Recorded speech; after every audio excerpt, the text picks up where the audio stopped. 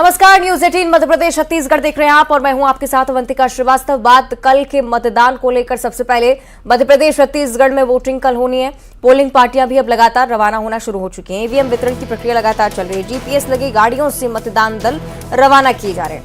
सुबह 7 बजे से शाम 6 बजे तक मतदान की प्रक्रिया चलेगी, लेकिन उससे पहले बहुत जरूरी ये कि मतदान की प्रक्रिया को लेकर चुनाव आयोग अपनी तैयारी पूरी रखे। इससे पहले ट्रेनिंग्स अलग अलग जगह पर अलग अलग कर्मचारियों को दी गई। पोलिंग पार्टियां अब रवाना हो रही हैं। सामग्री आज वितरित की जानी है चुनाव की। ईवीएम जिसमें बहुत ज्यादा महत्वपूर्ण पहलू और साथ ही साथ अलग अलग विधानसभा क्षेत्रों में अलग अलग पोलिंग बूथ्स पर पहुंचना, समय से पहुंचना बहुत महत्वपूर्ण। इसी प्रकार की प्रक्रिया जो है वो लगातार अब अलग अलग जगहों पर आप देखेंगे। न सिर्फ मध्य प्रदेश में बल्कि छत्तीसगढ़ में भी यही माहौल है। दूसरे चरण का मतदान कल छत्तीसगढ़ में है। 70 विधानसभा सीटों को लेकर मतदान होगा। इससे पहले 7 नवंबर को इसी प्रकार का नजारा आपने देखा। लेकिन बात अगर मध्य प्रदेश की करें तो कुल मिलाकर 230 विधानसभा सीटें और सभी सीटों पर कल ही मतदान होना है। समय को लेकर ये जानकारी कि सुबह 7 बजे से कुछ जगहों पर मतदान की प्रक्रिया शुरू होगी। उसके बाद 6 बजे तक मतदान आप कर सकेंगे। उसके बाद जो नतीजे हैं 3 दिसंबर को आएंगे। और मतदान की प्रक्रिया को लेकर भोपाल कलेक्टर की तरफ से बयान भी सामने आया। उन्होंने बताया कि सभी मतदान कर्मियों को 3 चरणों में ट्रेनिंग दी गई है। उन्हें सामग्री वितरण के बाद आज रवाना किया जाना है। आपको ये भी बताएं कि भोपाल जिले में 110 पोलिंग बूथ की जिम्मेदारियां महिलाएं संभालने वाली हैं। 120 आदर्श पोलिंग बूथ हैं। मतदान प्रतिशत बढ़ाने के लिए स्वीप योजना के तहत कई सारे कार्यक्रम भी चलाए गए। साथ ही अधिक मतदान होने वाले मतदान केंद्रों के कर्मचारियों को सम्मानित किए जाने का फैसला लिया गया।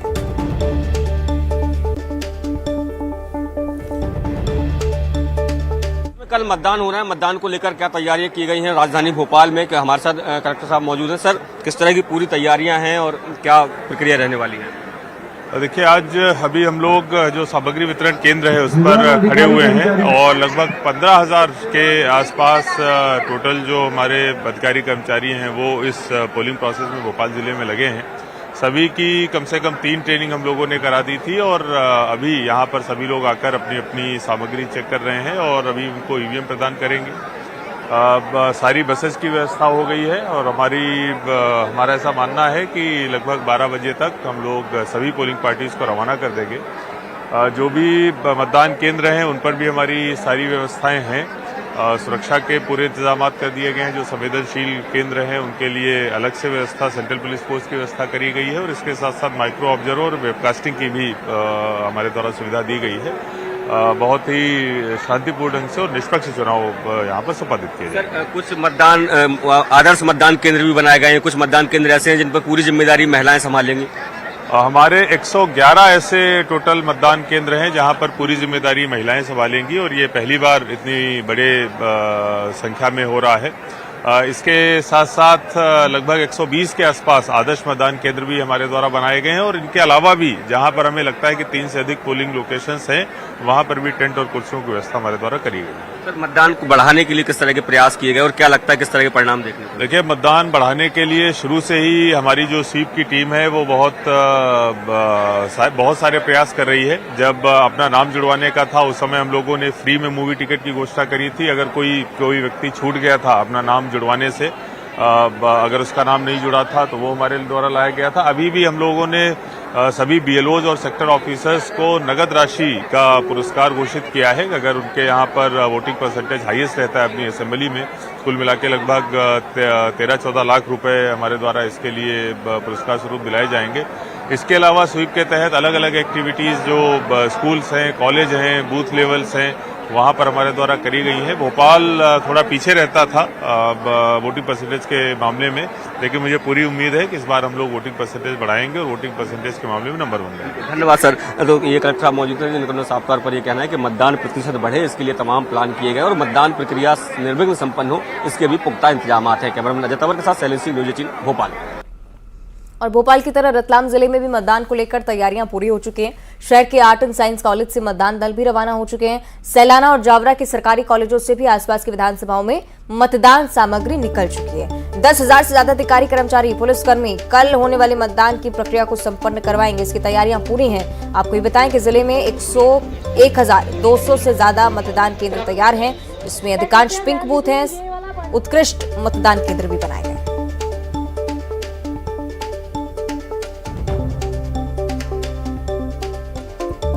से ज्यादा पोलिंग बूथों पर होने वाले मतदान को लेकर मतदान दल अब थोड़ी ही देर में रवाना होने की तैयारी में है। अभी हम खड़े रतलाम के आर्ट एंड साइंस कॉलेज में, जहां पर आप खुद देख सकते हैं बड़ी संख्या में जो सरकारी कर्मचारी है वो यहां पे अपने पोलिंग की तैयारी में लगे हुए हैं। जो सामग्री है उनको मिल चुकी है और ये क्रॉस चेक कर रहे हैं। जो सामग्री है इनको थोड़ी देर में BU और CU दी जाएगी और ये कर्मचारी आप खुद देख सकते हैं जो सामग्री इनको दी गई है। इन्हें जान लेते ना किस तरह की व्यवस्था है इस बार, क्या लगता है? हाँ सर, प्रशासन की ओर से सामग्री वितरण की बहुत अच्छी व्यवस्थाएं की गई है। कहीं किसी प्रकार की कोई परेशानी अभी तक तो हमें नहीं आई है। थोड़ी देर में रवाना होंगे आप लोग? हाँ, बस आज इस बार हम जल्दी रवाना हो सकेंगे क्योंकि व्यवस्थित तरीके से टेबल वगैरह पे हमारी सामग्री हमें प्राप्त हो गई है। और टेबल पे ही जो है सामग्री देने की व्यवस्था यहाँ पे बहुत अच्छी व्यवस्था यहाँ पे दिखाई दे रही है। कुल मिला के अब थोड़ी देर में मतदान दल रवाना हो गए और अब कल इंतजार रहेगा वोटिंग का। और न्यूज़ 18 में आपसे यही अपील कर रहा है कि सारे काम छोड़कर आप लोग भी वोट देने जरूर जाइएगा। कैमरामैन नरेंद्र के साथ सुधीर जैन, न्यूज़ 18 रतलाम।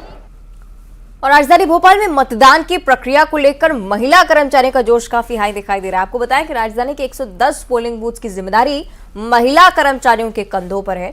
महिला कर्मचारियों ने बताया कि जब देश के सर्वोच्च पद पर महिलाएं आसीन हो सकती हैं, तो महिलाएं चुनाव क्यों नहीं करवा सकती? लोकतंत्र का उत्सव है। जिस तरीके से हाल ही में दीपावली मनाई गई, उसी हर्षोल्लास से चुनाव भी कराएंगे।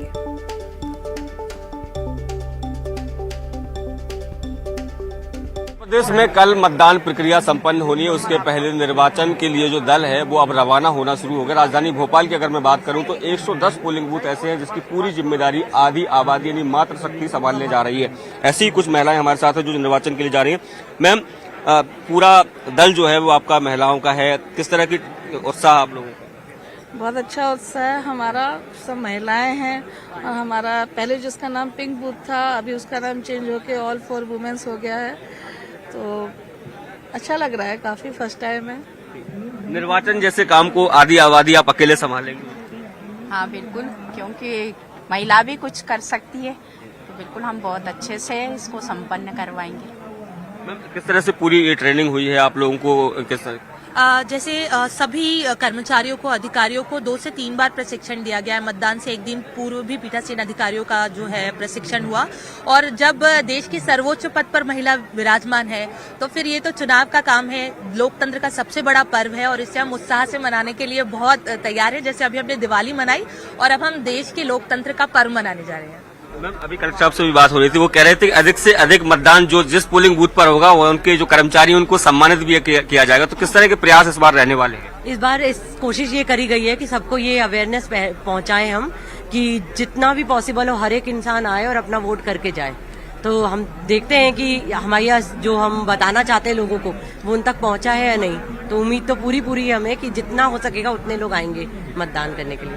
ये देखिए, ये महिला दल है जो अब से कुछ देर बाद राजधानी भोपाल के जो पोलिंग बूथ है उसके लिए रवाना होगा और कल सुबह 7 बजे से शाम 6 बजे तक की निर्वाचन प्रक्रिया को संपन्न कराएगा। कैमरामैन अजय तंवर के साथ शैलेंद्र सिंह, न्यूज़ 18 भोपाल। और बात करेंगे आगर मालवा की, जहां वोटिंग के लिए तैयारियां तेज हो चुकी हैं। जिस प्रकार से अलग अलग जगहों से तस्वीरें सामने आ रही हैं, उसी प्रकार का नजारा यहां पर भी। मतदान कर्मियों को मतदान सामग्री दे दी गई है। पॉलिटेक्निक कॉलेज पर कर्मचारी पहुंच गए हैं। वोटिंग के लिए 2688 मतदान कर्मी तैनात हैं। सुरक्षा के पुख्ता इंतजाम यहां पर किए गए।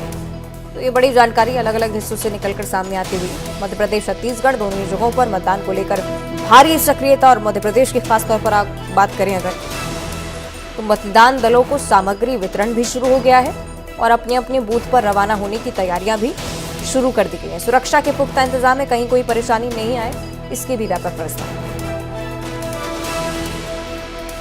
चलिए सीधे आपको ग्वालियर लिए चलते हैं। हमारे सहयोगी सुशील कौशिक हमारे साथ जुड़ रहे हैं। सुशील, सवाल कई सारे, सुखबुगाहट कई सारी हैं, पर फिलहाल मौजूदा स्थिति बताइएगा, क्या माहौल है? बिल्कुल, देखिए कहीं ना कहीं जो लोकतंत्र का पर्व है, महाउत्सव, उसको मनाने की तैयारियां हैं। और ग्वालियर की अगर बात करें तो ग्वालियर जिले में 1662 मतदान केंद्र है और उसके लिए आज मतदान दलों को रवाना किया जा रहा है। सुबह से ही इससे पहले यहाँ ग्वालियर की जो ग्रामीण सीट है भीतरवार और डबरा, उन सीटों के मतदान दलों को यहाँ से रवाना किया गया है और अब 11 बजे के आसपास ग्वालियर शहर की जो सीटें हैं उन पर भी मतदान दलों को रवाना किया जाएगा। आपको बता दें कि 276 के करीब संवेदनशील और अति संवेदनशील मतदान केंद्र ग्वालियर जिले में है, तो कहीं ना कहीं मतदान दलों के सामने चुनौती भी रहेगी और यही वजह है कि मतदान दल पूरी तैयारियां यहाँ कर चुके हैं और जाने की तैयारियां हैं। और सुरक्षा के लिए भी अगर देखें तो 4000 से ज्यादा जवान तैनात किए गए हैं और उनको सुरक्षा के लिहाज से और 8000 के करीब कर्मचारी। आप ये बताइए कि आज तैयारी है चुनाव को कराने की, किस तरह से आपकी पोलिंग पार्टी जा रही है, कहाँ जा रहे हैं आप? पूरी तैयारी है 19 डबरा में। किस तरह का क्या उत्साह रहता है लोगों में? बहुत अच्छा लग रहा है, सब लोग जा रहे हैं इकट्ठे होकर, अच्छा लग रहा है। अच्छा लग रहा है। इस बार लगता है कि मतदान का प्रतिशत भी बढ़ाने के लिए बड़ी जागरूकता चलाई है चुनाव आयोग ने और आप लोगों ने भी। हाँ, अच्छी व्यवस्था है और जागरूकता अच्छी है और मतदान बढ़ाने की भी संभावना है। तो इस बार जो कर्मचारी अधिकारी सभी जो मतदान में तैनात किए गए हैं उनका लक्ष्य यही है कि ज्यादा से ज्यादा मतदान हो और निष्पक्ष मतदान हो, साथ ही लोग अच्छी तरीके से लोकतंत्र के पर्व में मतदान कर सके ताकि इस महाउत्सव को एक अच्छे तरीके से पूरे मध्य प्रदेश में मनाया जा सके। बिल्कुल बिल्कुल, और इस उत्सव को मनाने का प्रयास लगातार चुनाव आयोग की तरफ से भी, आंकड़े भी हम लगातार दिखाई दे रहे हैं किस प्रकार की स्थिति मौजूदा हालात में है, 2018 में क्या कुछ रहा है आंकड़ा। सुशील, बड़ी बात यह है कि 75% मतदान हुआ है 2018 के विधानसभा चुनाव में। 23 में ये प्रतिशत आगे बढ़े, इसका प्रयास चुनाव आयोग ने तमाम कार्यक्रमों के जरिए भी किया है। ग्वालियर चंबल अंचल में क्या हमने इस प्रकार के कार्यक्रम देखे हैं? बीते साल या बीते चुनाव में किस प्रकार का प्रतिशत रहा, इस बार किस प्रकार की संभावनाएं हैं? बिल्कुल, देखिए मध्य प्रदेश में जिन 20 सीटों का मतदान प्रतिशत सबसे कम रहा था उनमें ग्वालियर चंबल अंचल की सीटें भी शामिल थी। कई सीटें ऐसी थी ग्वालियर में जहां 59% मतदान हुआ था। अधिकतम अगर ग्वालियर चंबल अंचल का मतदान देखें तो वो 64 से 65% तक गया था। यही वजह है कि जो औसतन 75% के लगभग मतदान का आंकड़ा रहा था 2018 में इसके आसपास, वो सबसे कम ग्वालियर चंबल अंचल में दर्ज हुआ था। इसी के चलते इस बार न सिर्फ चुनाव आयोग ने बल्कि प्रशासन के साथ ही स्वयंसेवी संस्थाओं ने भी अलग अलग आयोजन यहाँ किए थे मतदान प्रतिशत बढ़ाने के लिए, जागरूकता के। इसके साथ ही इस बार एक बात ये भी देखने के लिए मिली कि जो भी प्रत्याशी और जो भी पार्टियां थी प्रचार में, उन्होंने भी अपनी तरफ से इस बात की अपील की है कि लोग मतदाता मतदान जरूर करे, चाहे किसी को भी मत दे लेकिन वो मतदान जरूर करे। तो कहीं ना कहीं ये जो प्रक्रिया है, इस प्रक्रिया में प्रशासन के साथ चुनाव आयोग और आम लोगों के साथ प्रत्याशियों ने भी इस बार प्रयास किया है कि ग्वालियर। आप बने रहिए हमारे साथ, सीधे भोपाल का भी रुख करेंगे। सही कि शैलेंद्र हमारे साथ जुड़ चुके हैं। शैलेंद्र, पहले भी आपने तस्वीरें दिखाई, इस बार फिर से हम चाहेंगे कि अगर मतदान दलों को लेकर जो जानकारी हो वो जरूर साझा करिए। कब तक पोलिंग पार्टीज पहुंचेंगी, मॉक पोल को लेकर क्या सूचना है अभी तक?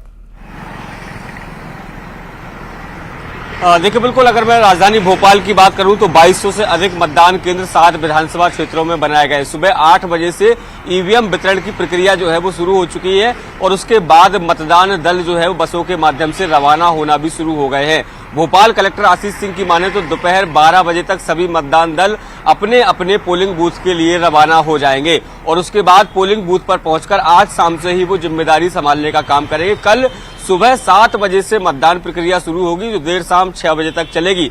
उसके पहले जो अभ्यर्थी हैं जिनकी ड्यूटी राजनीतिक दलों की तरफ से लगाई गई है इस पोलिंग बूथ पर, उनके सामने से लगभग 6:30 बजे सुबह जो है वो मॉक पोल किया जाएगा और बताया जाएगा कि ईवीएम से जो चुनाव हो रहा है वो पूरी तरीके से निष्पक्ष है और उसमें किसी तरह की कोई छेड़छाड़ नहीं की गई है। उनकी उपस्थिति में इस मॉक पोल के बाद जो है 7 बजे से मतदान प्रक्रिया संपन्न कराई जाएगी। अगर राजधानी के लिहाज से देखें या पूरे प्रदेश के लिहाज अगर मैं बात करूं तो 65,000 से अधिक पोलिंग बूथ पूरे प्रदेश में बनाए गए हैं, जिसमें बड़ी संख्या में संवेदनशील और अति संवेदनशील मतदान केंद्रों की भी संख्या निकल कर आई है। ऐसे मतदान केंद्रों पर मतदान प्रभावित न हो, इसको लेकर निर्वाचन आयोग ने तमाम तैयारियां की हैं, चाहे वह सीसीटीवी के माध्यम से लगातार मॉनिटरिंग की बात हो या फिर अतिरिक्त बल देने की बात हो। इसके साथ ही उड़न दस्ते भी तैयार किए गए ताकि उन इलाकों में लगातार वो कॉम्बिंग गश्त करें और जो उपद्रवी लोग हैं जो मतदान को प्रभावित कर सकते हैं, ऐसे लोगों को मतदान से जो मतदान स्थल है उससे दूर रखा जाए। इस तरह के इंतजाम को बढ़ाने का प्रयास शैलेंद्र आप इससे कहेंगे। बहुत शुक्रिया फिलहाल ये जानकारी साझा करने के लिए। सुशील, आपका भी बहुत बहुत धन्यवाद। और राजनीतिक खबरों को लेकर लगातार अब तक हम जानकारी पहुंचा रहे हैं, लेकिन इस बीच दमोह से एक बड़ी जानकारी प्राप्त हो रही है। प्लास्टिक फैक्ट्री में भीषण आग लग गई है। फैक्ट्री जलकर पूरी तरह से नष्ट हुई है। मौके पर फायर ब्रिगेड की टीम मौजूद है। लगातार इस आग पर काबू पाने का प्रयास किया जा रहा है। आपको ये बताएं कि जब तक फायर ब्रिगेड की टीम यहां पर पहुंचती तब तक अधिकतर सामान जलकर राख हो चुका था। फैक्ट्री में भीषण आग लगी है, किस वजह से लगी अभी भी स्पष्ट नहीं हो पाया है। दमोह का ये पूरा मामला प्लास्टिक की फैक्ट्री थी और इसी के चलते आप समझ सकते हैं कि आग कितनी तेजी से फैली होगी। ये तस्वीरें आपकी टीवी स्क्रीन पर भीषण आग का मंजर नजर आता हुआ एक्सक्लूसिव तस्वीरें न्यूज 18 आप तक पहुंचा रहा है दमोह से। फैक्ट्री जलकर पूरी तरह से नष्ट हो गई है। चूंकि प्लास्टिक की फैक्ट्री थी, बहुत बड़े दायरे में आग लगी और धीरे धीरे कर हर सामान को चपेट में लेती गई। मौके पर फायर ब्रिगेड की टीम मौजूद, लगातार आग पर काबू पाने का प्रयास चल रहा है। किस वजह से आग लगी, इस वजह का पता लगना भी बहुत ज्यादा जरूरी। शॉर्ट सर्किट के चलते हो सकता है कि इस प्रकार से आग का मंजर सामने आया हो, लेकिन ये अभी भी जांच का विषय है। लेकिन फिलहाल मौजूदा हालात आप देखिए, जितना भी सामान इस फैक्ट्री में रखा हुआ था वो सब जलकर नष्ट हो चुका है। आग और धुएं का गुबार चारों तरफ आप देखेंगे। जरूरी बात यह है कि प्लास्टिक की फैक्ट्री थी और इसीलिए चूंकि रहवासी क्षेत्र भी कई बार आसपास होता है और उसी के चलते आग पर काबू पाया जाना बहुत ज्यादा मुश्किल हो जाता है और बहुत जरूरी हो जाता है कि समय रहते आप रहवासी क्षेत्रों में इस आग को फैलने से रोक सके। लेकिन दमोह की ये तस्वीरें, चूंकि प्लास्टिक की फैक्ट्री थी, हो सकता है कि रहवासी क्षेत्र थोड़ा सा दूर हो, उसके बावजूद बड़ी बात यह कि मौके पर फायर ब्रिगेड की टीम मौजूद थी। इतनी कड़ी मशक्कत लगी, इसके बावजूद इसमें रखे सामान को समय रहते बाहर नहीं निकाला जा सका। प्लास्टिक फैक्ट्री में भीषण आग और आग इतनी तेज फैली है कि पूरी फैक्ट्री जलकर नष्ट हो चुकी है। तस्वीरें हम आपको लगातार दिखा रहे हैं। सारा सामान भी आप देखिए, अंदर अगर आपकी नजर पहुंचे सब कुछ नष्ट हो चुका है और अभी भी इसी तरह से आग धधकती हुई, जिस पर काबू पाने की कोशिशें लगातार फायर ब्रिगेड की टीम की तरफ से की जा रही हैं। अफरा तफरी का माहौल, जैसी सूचना मिली फौरन फायर ब्रिगेड की टीम यहां पर पूरी टीम के साथ पहुंचती है, मौके पर ही मौजूद है, प्रयासरत है कि आग पर काबू पाया जा सके। लेकिन ये भी अभी जांच का विषय कि जब आग लगी कहीं तब अंदर कोई मौजूद तो नहीं था। प्लास्टिक फैक्ट्री बताई जा रही है, इसलिए बहुत बड़े दायरे में आग फैली है।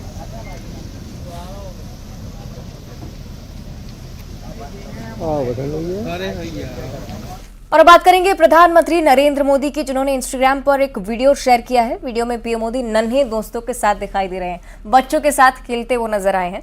पीएम मोदी के पास एक सिक्का है, वे बच्चे के साथ खेल रहे हैं। इंस्टाग्राम पर पीएम मोदी और उनके नन्हे साथियों का ये वीडियो खूब चर्चित हो रहा है। ये तस्वीरें आप देखिए, वीडियो में पीएम मोदी दो बच्चों के साथ नजर आते हैं। बच्चे भी पीएम मोदी के साथ जमकर एंजॉय करते हैं। और ये देखिए, माथे पर चिपकाने की कोशिश इस सिक्के को दोनों बच्चों के साथ ऐसे एक बच्चे की तरह ही खेलते हुए प्रधानमंत्री नरेंद्र मोदी इंस्टाग्राम पर शेयर किया है और इसी के चलते ये वीडियो अब लगातार वायरल भी होता हुआ। करोड़ों यूजर्स अभी तक इस वीडियो को देख चुके हैं और प्रधानमंत्री का ये अंदाज भी जब वो बच्चों के साथ होते हैं बहुत निराला होता है। इंस्टाग्राम पर शेयर किए गए इस वीडियो को भी लोग लगातार आगे भी शेयर कर रहे हैं और प्रधानमंत्री के इस मनमोहक अंदाज को देखकर कई बार कुछ लोग हैरान भी हो जाते हैं, क्योंकि राजनीतिक तौर पर जिस व्यक्ति को आप एकदम गंभीर देखते हैं, देश में प्रगति विकास की बातें, राजनीतिक दलों को लेकर बातें, और उसके बाद ये दूसरा पहलू प्रधानमंत्री नरेंद्र मोदी का, जब बच्चों के साथ मुलाकात होती है तो खुद भी बच्चे बन जाते हैं। ये वीडियो लगातार सोशल मीडिया पर भी ट्रेंड करता हुआ, नन्हे दोस्तों के साथ पीएम मोदी, बचपना एक बार फिर से याद आता हुआ।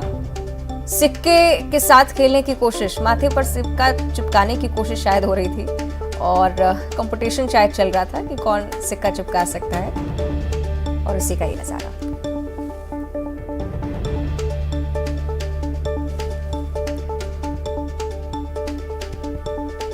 और आइए अब देखते हैं खबरों का 2020। रतलाम में मतदान की तैयारियां पूरी, मतदान दलों को